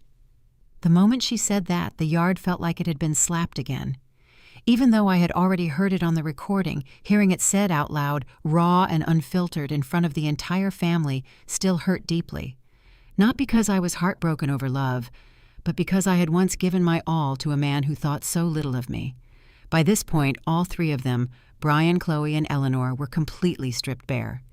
There were no more excuses left, nowhere to hide, and no dignity remaining to even look their relatives in the eye. But I wasn't finished. I gripped my purse, feeling the final stack of documents inside, and lifted my chin. I knew I had one last move. One move that would push them from simple public humiliation down to a place where they could never stand back up. I looked at the three people standing in front of me, the man who used to be my husband, the woman who used to call me her sister, and the woman who used to lecture me on how to keep a home. And inside my heart, there was no more turmoil.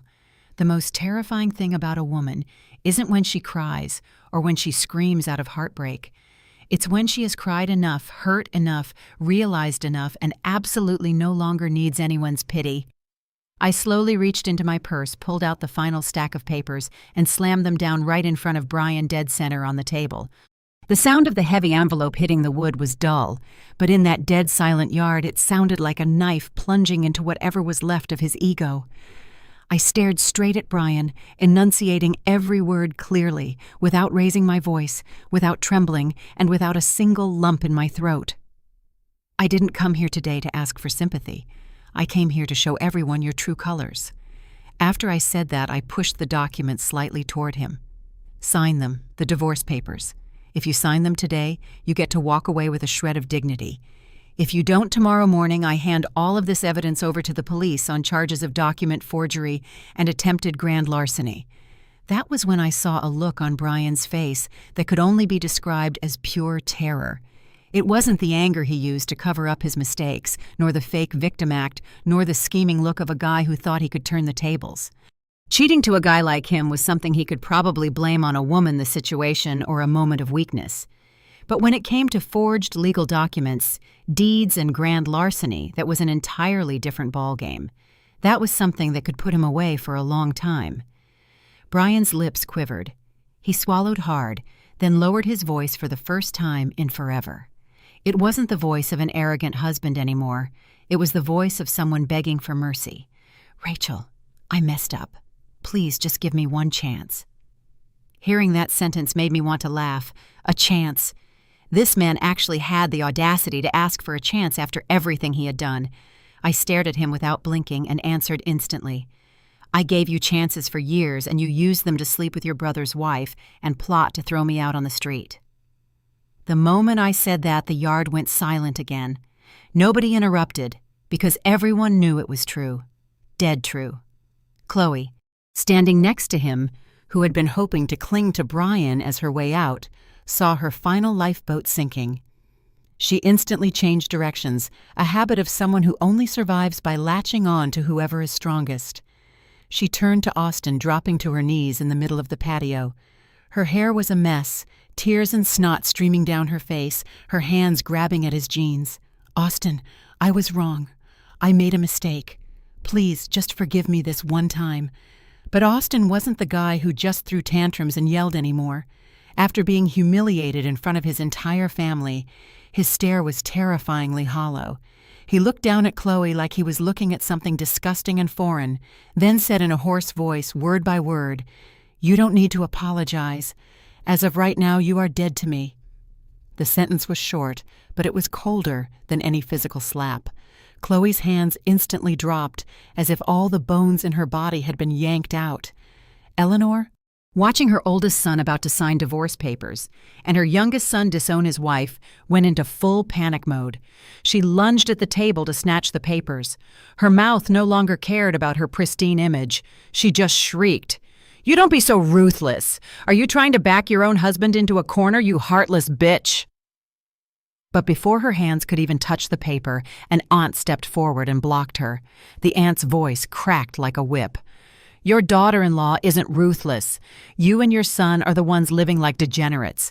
Not a single relative stepped up to defend her. Some looked away, some shook their heads, some sighed.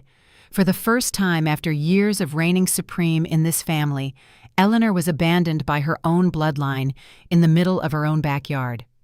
I knew it was time to play my final card, the card that even Brian probably never saw coming. I looked at him, then slowly panned to everyone in the yard. My voice remained flat but sharp as a honed blade. "Oh, right. There's one more thing you probably don't know. 3 days ago, I drained all of our joint checking and savings accounts and moved the money to a new account under my name only. I also filed for a temporary freeze on any transactions regarding this property, and I handed over all the original deeds and paperwork to my lawyer." I paused for a second to let every word sink into their heads, then continued. "In other words, you had absolutely nothing long before you even thought you won." I saw Brian visibly deflate, as if all the energy had been sucked out of his body. His shoulders slumped, his eyes went blank. The cunning, calculating demeanor he had worn all this time shattered onto the deck. He finally understood. He understood that the entire web he had been secretly spinning for months, from the money to the house, from his wife to his sister-in-law, from the promises to the forged documents, was completely annihilated. The money couldn't be touched. The house couldn't be touched. The sister-in-law he slept with was just downed by his own brother at his feet. His mother was being openly mocked by the entire family. He thought this was his victory lap. Turns out, I had him locked in a cage before he even took his first step. I looked at him one last time, then concluded in front of everyone. "You thought I was stupid because I stayed quiet, but the most pathetic people are the ones who mistake someone's silence for ignorance." After that sentence left my mouth, I felt like a massive boulder that had been crushing my chest was finally lifted. It wasn't the smug satisfaction of winning, but a feeling of profound peace. It's what happens when someone finally secures justice for themselves. Just as I was reaching for my purse, Austin stepped into the middle of the patio. This time he didn't punch anyone, didn't curse, and didn't look crazy anymore. He stood in front of me, his eyes still bloodshot, but his voice was hoarse and low. "Rachel, I know I'm a piece of shit, but this time I am truly sorry. I couldn't keep my wife in check, and I let you get dragged into this mud." I looked at him for a second. This was the first time in my entire life I had ever seen Austin genuinely bow his head. Not out of fear, but because he finally realized how badly he had lived his life. I didn't say I forgave him, nor did I comfort him. I just gave a slow nod. That was enough. Then I picked up my purse, turned around, and walked out of that family's house. Nobody stopped me. Nobody had the right to stop me anymore. Behind me, the house was still standing. The walls were intact. The roof was intact. The photos on the mantel were still there. But I knew perfectly well that the moment I walked past that driveway, whatever they called honor in that backyard had completely and utterly collapsed. After that defining family barbecue, everything ended so fast that it didn't even feel like it dragged on. I guess when the truth is ripped up by its roots, people lose all their reasons to hold on. Brian didn't fight back. He signed the divorce papers quickly, faster than he normally signed his work contracts, but this time his pen strokes weren't firm. His hand shook slightly. His eyes didn't dare meet mine, not because there was any love left, but because he knew he had lost. He lost not because I was some mastermind, but because he had driven himself into a dead end. Chloe was thrown out of the house by Austin that very same day. I heard from the neighbors that she stood outside the driveway for a long time crying until her voice gave out, but Austin never opened the door. That door wasn't closed out of temporary anger. It was closed because the absolute final boundary of a man's patience had been crossed. But life isn't a fairy tale where a cheater just gets welcomed with open arms somewhere else. Brian immediately cut all contact with her too. He didn't dare get involved with her anymore because he was too busy trying to salvage whatever tiny shreds of his reputation were left. Going from someone who thought she was stepping into a luxurious new life, Chloe hit the pavement hard with absolutely nothing left to cling to. Eleanor wasn't loud and obnoxious anymore. After that incident, she went completely silent. But her silence wasn't out of remorse. It was because she had no face left to show. I heard that at family events after that, whenever she showed up, people didn't greet her warmly. They would just turn away and whisper. For someone who lived her entire life for her ego and social standing, that was probably the harshest punishment of all. Brian lost way more than he ever imagined. Not just his family, but his reputation. The story about him taking documents to a lawyer to forge a deed, and the audio recordings of him plotting fraud couldn't be entirely swept under the rug. His career took a hit. His business contacts slowly backed away. People didn't need to say it to his face, but a single guarded look was enough to let him know they no longer trusted him. There are things that once cracked can never be put back together. Out of everyone left behind, Austin was the only one who made me think a little. Not out of pity, but because the last time I saw him, I noticed something different in his eyes. The hot temper was gone. The attitude of a guy treating his wife like property was gone. He became quieter, calmer. Maybe after all this, he finally realized one thing. If it hadn't been for his reckless lifestyle, his blind jealousy, and treating his wife like an object, maybe things wouldn't have gone this far. But realizing it doesn't mean everything can go back to how it was. At least he knew where he went wrong. As for me, a lot of people thought I won, but I never felt like I was competing against anyone. I just took back what was rightfully mine, the truth, my assets, my dignity, and most importantly, the right to walk away from a relationship without having to bow my head. It wasn't a loud, cheering victory, but a deep inner peace, knowing I owed absolutely nothing to anyone. Someone asked me once, after everything, if I still held a grudge. I paused for a second and answered very lightly. I used to hold a grudge, but then I realized that the people who betray each other end up turning their own lives into a prison sentence. Saying that out loud made my heart feel incredibly light. Because when you hold a grudge, you're still chained to the past. But when you can let it go, that's when you truly move forward. I moved to a new condo not too far away, but far enough that I didn't have to see any of their faces. Every day I reorganized my career, decorated my new place, and learned to get used to nights without waiting for anyone to come home without having to guess who was lying to me. At first it felt a little lonely, but then I realized the silence wasn't as scary as I thought. In fact, it made me feel more alive, more like myself.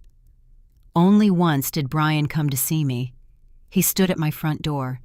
He didn't look as sharp as he used to. His voice was raspy. "I've lost everything." I looked at him for a moment and answered very quietly, "No, what you lost wasn't because I took it from you. It's the receipt for what you chose to trade away."